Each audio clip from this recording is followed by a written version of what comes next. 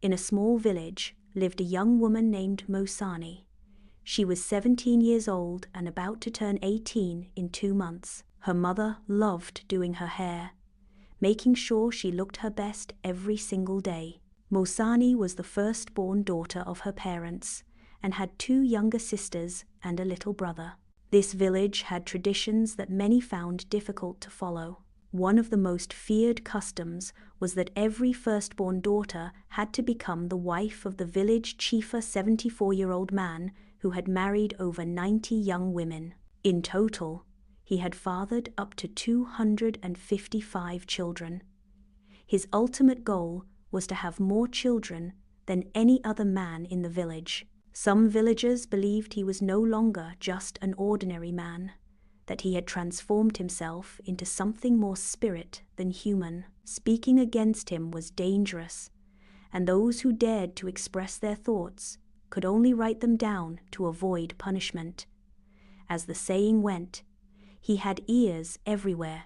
On the day of Mosani's birthday, she wrote a special letter and placed it in her diary. Carefully, she sealed it inside a glass bottle and hid it in the hollow of a tree, stuffing it tightly to ensure it looked like a natural part of the trunk. Her heart pounded uncontrollably.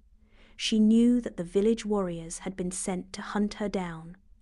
Mosani had no choice but to flee. She had always dreamed that she was more than just a young girl destined for marriage.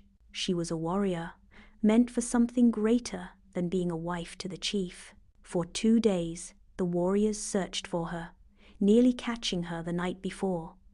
But Mosani knew the forest like the back of her hand. She climbed a tree that appeared plain from below but had dense foliage at the top, making it impossible to see through. Hidden within the leaves, she rested before making her way up the mountain, which had a secret passage carved through its stone leading to the other side. When she reached the mountaintop, her face lit up with a brilliant smile.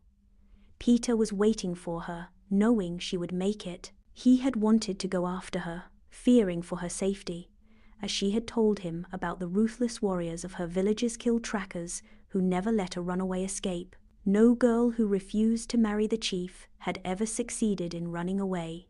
Those who were caught and brought back faced a grim fate execution after 3 days, or, if they were lucky, a life of imprisonment. Mosani had to make it. If she failed, her secret love with Peter would come to a tragic end. Peter rose, adrenaline coursing through his veins, and pulled Mosani into the longest embrace they had ever shared. He kissed her head countless times before they took off, running hand in hand. A striking spurdy bird soared overhead, its wings shimmering in the sunlight. They had to reach the nearby road before the warriors caught up. There, Peter's brother Jake was waiting with an old SUV.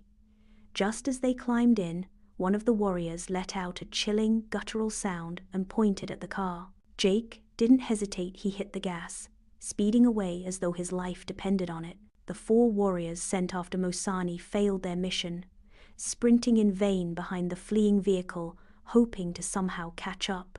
Back in the village, the chief refused to accept the news of her escape. The thought of Mosani rejecting him, despite his wealth and all that he had planned to offer, infuriated him. By tradition, he met every firstborn daughter 3 days after birth.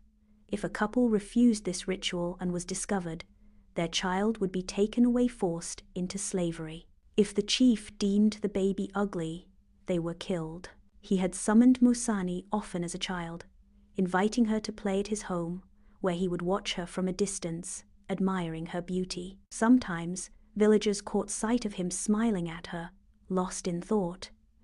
Now, the entire village was silent as the chief exploded in fury, shouting his frustrations. Then, in a final act of determination, he called for his 2 best spies.